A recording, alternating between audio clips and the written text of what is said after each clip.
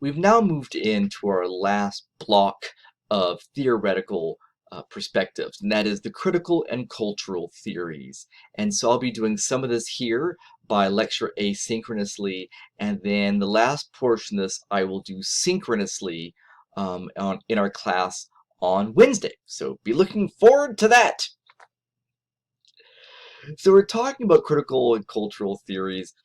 All these have a focus on power, and we touched on power very briefly when we were talking about the notion of political when I was reviewing terms from chapter 1, right? Political or about power, right, having to do with people's ability to control their own uh, lives and bodies, make their own choices, and how much they can impact the choices of others. And I also had added in this idea that there must be accommodation made for certain people and the choices that they want to make, right? And it's just an example of that when I talk about, and we mentioned this before some, right, that there is accommodation in culture to the choices that those in power want to make.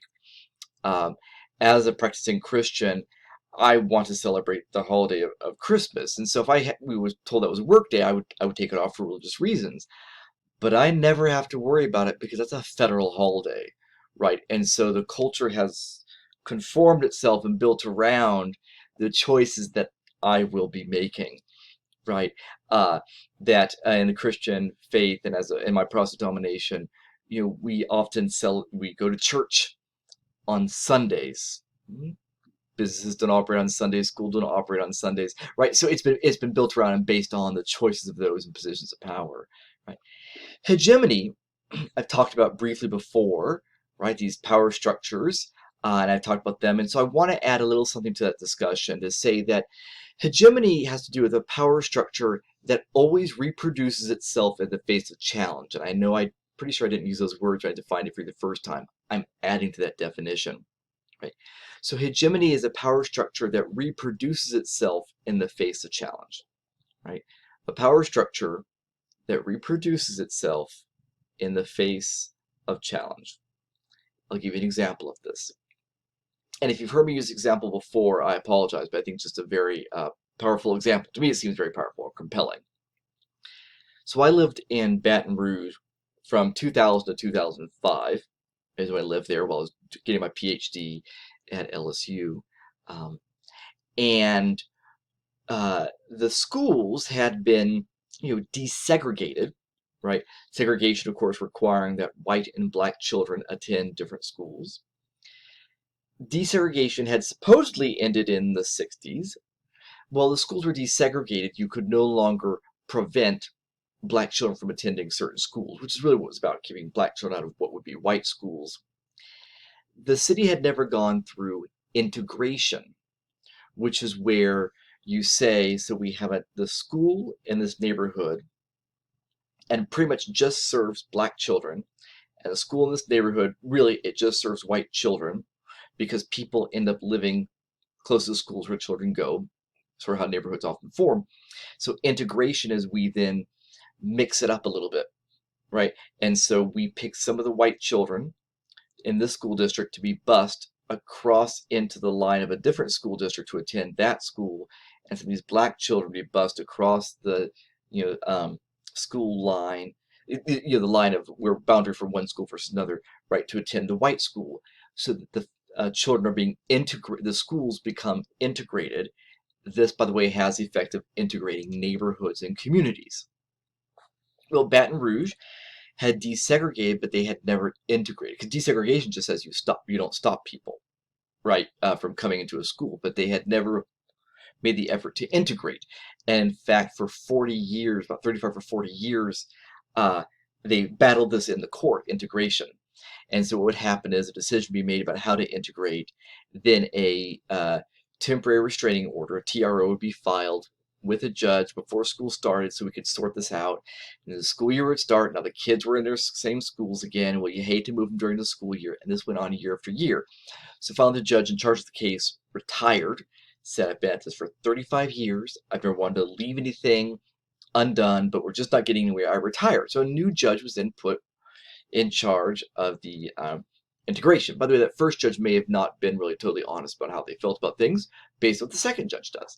Second judge, all eyes are on this person, and the judge says nothing. It's like springtime. Judge says nothing, We're getting into summer. The judge says nothing. And there's no discussion if anything's going to happen. And then the week before school started, it was about on like a Tuesday, it was it was announced all families have been sent a letter telling them where their children will be attending school this year, and because this was now the plan for the integration of schools.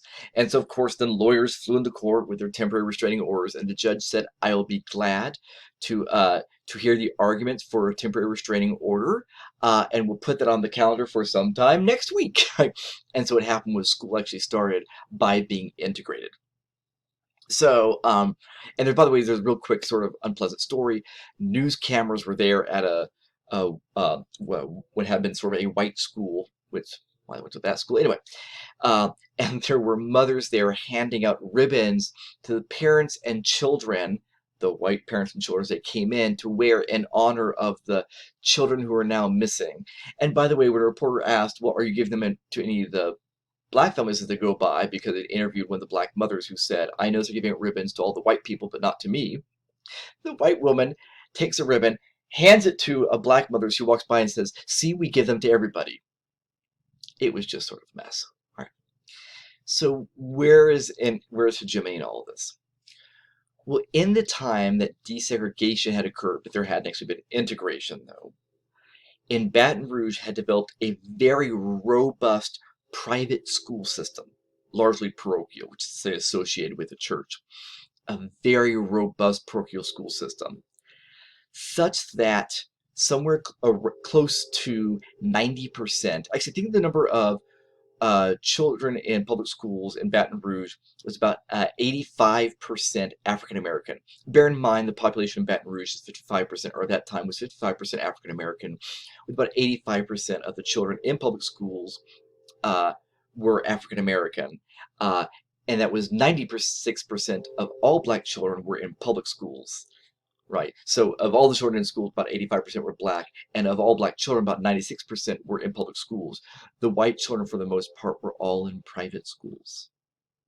So the majority of the white children, the vast majority, are in private schools.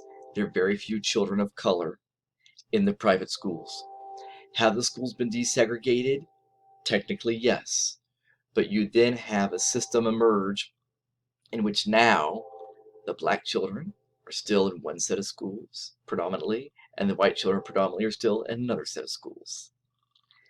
That's hegemony. It's a power structure that recreates itself in the face of challenge. It's a bit like whack-a-mole. The thing pops up and you hit it here, and then it pops up there, right? So that's hegemony. It's always recreating itself, right? It's protecting itself. It's always reinventing itself. That's what hegemony is, and that's how it functions, and it's hegemony. Right? So we talk about patriarchy, which is literally the rule of the father. Matriarchy, by the way, would be the rule of the mother. But patriarchy is literally the rule of the father.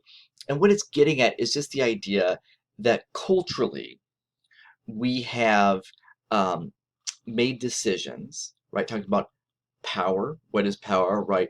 Who's making decisions? How decisions are made? Who do they concern and benefit? Hegemony, these power structures, right, have predominantly been those that have been about men's concerns and men's interests, often white men first, and other men of color, various sexual orientations as well. But usually, first and foremost, it's the straight white Protestant guys, right? Is who it is. But yeah, so patriarchy, literally the rule of the father. That PAT tells you it's pat is in paternity. It's the rule of the father, but it's the idea that it's a culture in which all things are really built around the needs, the interests, the desires of men. Right? So culture is based on the needs, the interests, and the desires of men. And we'll talk about how this occurs a lot in language when we get to the second unit of the class. This is similar to the idea of androcentrism, right? So androcentrism is that all things are centered on the male experience. So patriarchy is a culture that's based on and serves the interest of men. Men have positions of power. Decisions made benefit men, right? Androcentrism is that we think of all things in terms of relationship to men, the impact of men, For instance, you talk about the body. We were talking about the body so much. Last time we talked about intersex. Last time we had class, that is a live class, that is, right? And so when people describe, for instance, the clitoris as being simply the little penis, right? So that the male body is still that point of comparison. When we have and we'll talk about this when we get to language, we have a patient and we have a female patient, that generic is male. It's part of that androcentrism, that all things are centered around men, that we think of men first as that just sort of generic, the basic, the human, and then women are always that other thing and the secondary thought. And so that's androcentrism. So very, very similar to patriarchy. I'm not going to really ask you to differentiate those, but to know what androcentrism is, just broadly speaking. So patriarchy is about the rule of the fathers, right? And androcentrism is this pattern in which we often compare and think about things in terms of men and men's experiences, right? So when we think about an employee, we have people have tendency to think about a man unless you say a female employee. And by the way, they have studies of doing that. It'd be interesting if they were repeated. I haven't seen them for I bet a good 10 years or so, of having college students, go and find in a magazine, oh, magazines, right, a picture of a business person, right? And unless you said a business woman, the majority of the images that came in were of men. Might be the ones that are more easy to find, but also it's what people did, right? Also, yeah, so that's androcentrism, right? And so then we get this notion of privilege, right? And so privilege has to do with what are, we say, unearned benefits in society. That as a man, that I'm given certain credit and respect for, being smarter than I am, just for being a guy, just for being a white guy. I'm seen as more trustworthy, being married, and probably very importantly there, being married to a woman. I'm seen as more safe in certain ways, right? Not as dangerous socially, culturally, even with children, right? Um, all those are privileges that are completely, they're completely unearned, and they're privileges that are had by, sex, gender, but also identities, but race, ethnicity, age, sexuality, social class, and so forth. And those are all unearned privileges. And one thing I want to emphasize about privilege is that saying that one has a privilege doesn't mean that you don't have other challenges. It just means that that point of privilege is not one of your challenges. So for instance, to be white and struggling working class doesn't mean that you don't have economic struggle. It just means that added to it, or multiplied by, if we're talking about multiplicative intersectional approach, is not also racism, right? You mean, so it's that to have, right, so privilege, these are unearned advantages, right? They're unearned advantages that one has according to identity. They're all very much culturally dependent. But yeah, so, and we all have various privileges. You may take for granted some of the privilege that you have as a person just who's able to access the resources of a university. And maybe you are well aware of that privilege because you feel very limited by your access to it, right? But, so even men, if we just think about historically speaking in our own country, so not to say that then there were not many issues with civil rights, but because of the 15th Amendment, all men were allowed the right to vote, but women were still not allowed the right to vote. It's not saying that the men were not facing discrimination in terms of race, and also in terms of class when there were poll taxes that also kept poor whites from voting. It just meant that they didn't have all of those challenges, in addition to also, say, in that case, being a woman, barred from voting, right? So that's part of how privilege functions there. So these are some important concepts. If you don't understand them, please make sure you're asking about the means true of all this, because these are really important concepts to understand, both as part of critical cultural theories, but also as a perspective that we're using as we move forward in this class.